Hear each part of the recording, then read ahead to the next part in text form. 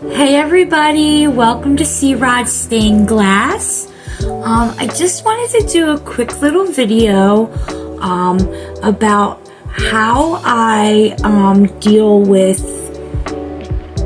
after I grind.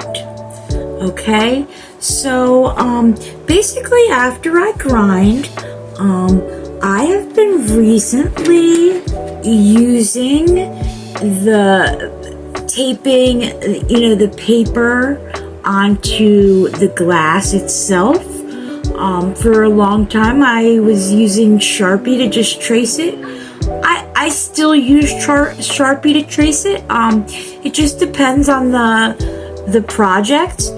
A lot of times when there's more fitting pieces and a lot more pieces, I use the paper backing.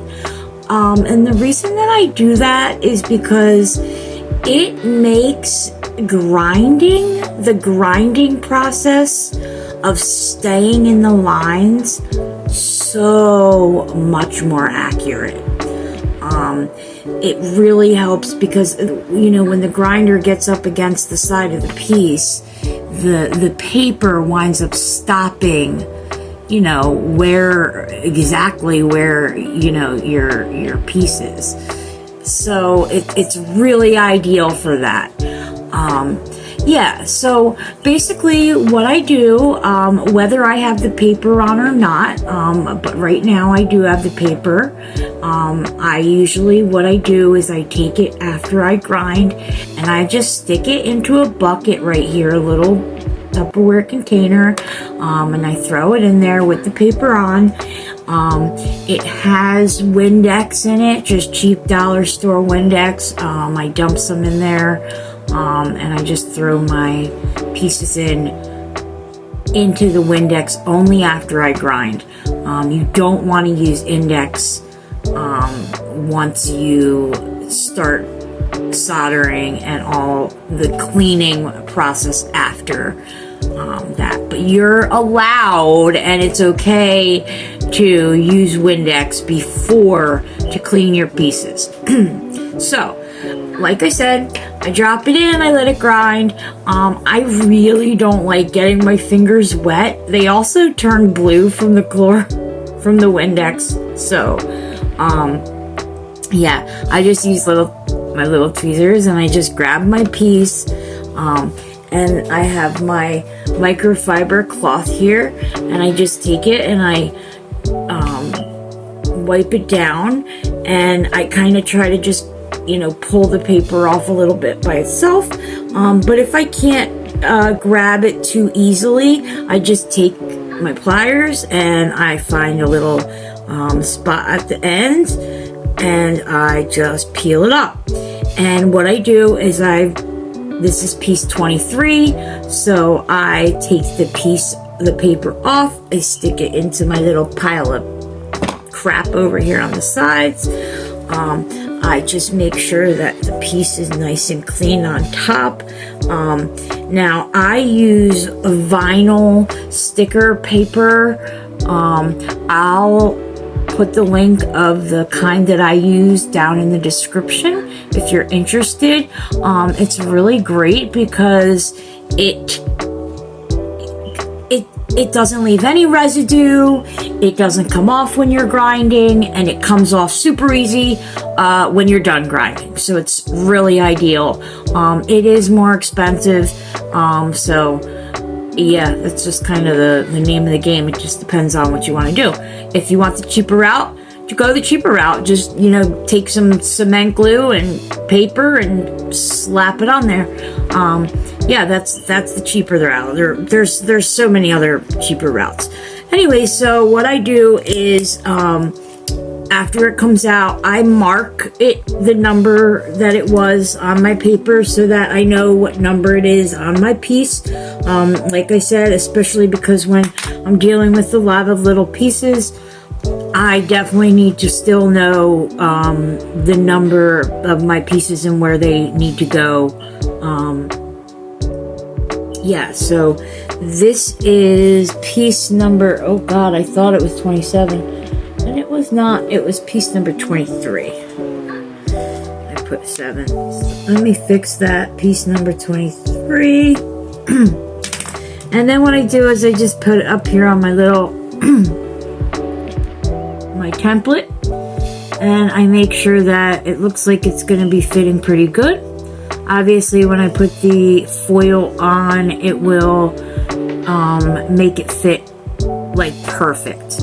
Now showing the difference of what it should look like before you foil and how it should look on your pattern, the way it should fit, and then once it's foiled, the way that it should look.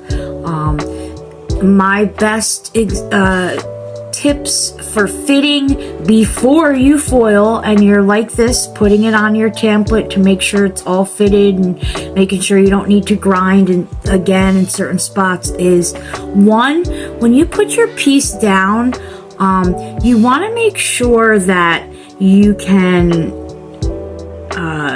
like see the black line of your piece, all like the black line. You want to be able to see it all the way around your glass piece. So your piece should fit right in it, and then you should be able to see the black line all the way around. Okay? Because essentially the black line is what the copper foil is going to, that space is what that copper foil is going to take up. Okay? So before you are, when you're fitting like I am now and you're just checking to make sure your pieces are good, you want to make sure that you can see it, the black line around each piece. And my second tip is that when you are putting it all on your template before you foil to see if they fit, if any of your pieces are touching anywhere on another piece, that is usually what's going to cause it to screw up your fitting down the line with other pieces. So if another piece is just touching, let's say in one little spot here, you're going to want to grind that area so that there's still a little, that black line enough around every single piece. So if you think about it, if two pieces are touching, that means that when the copper foil is in there, there's no room for it, so it's going to wind up pushing it and then causing the alignment to go wrong. So 2 tips: you always want to see the black line before you foil when you're putting it on your template after you grind, and you want them to not be touching in any spots, and if they are, you grind that little bit spot and you make it so it's not touching. Okay, so that's basically what I keep doing. And what I'll do is, like I said, I throw a bunch of pieces in all at once. That way it's actually easier to get the vinyl off. It's not hard to get the vinyl off, even not soaking it forever. So yeah, I just put a bunch of pieces in, and then I'll take them out, making sure everything fits before I foil. And like I said, I'm going to finish doing this, then I'm going to foil all of the pieces, and I'm going to fit the pieces where they go. Again, this was just a short little one. I hope this helps all you guys. Thank you so much for watching. Please like and subscribe. Something that really helps me, actually more than anything, is if you guys would just leave in the comment like a smiley emoji, any emoji your heart desires. You can leave a poop emoji. I don't care. If you hate the video, leave a poop emoji. I don't know. Anyways, it just really helps to have, that's what really helps get my videos seen. And that would be wonderful. I love teaching and helping people, and it's just so fun to do. Yeah, so it's rewarding to have, you know, the benefits of the reciprocation of the likes and the things like that. So that's just the truth of the matter. But yeah, the comments with the smiley faces really helps.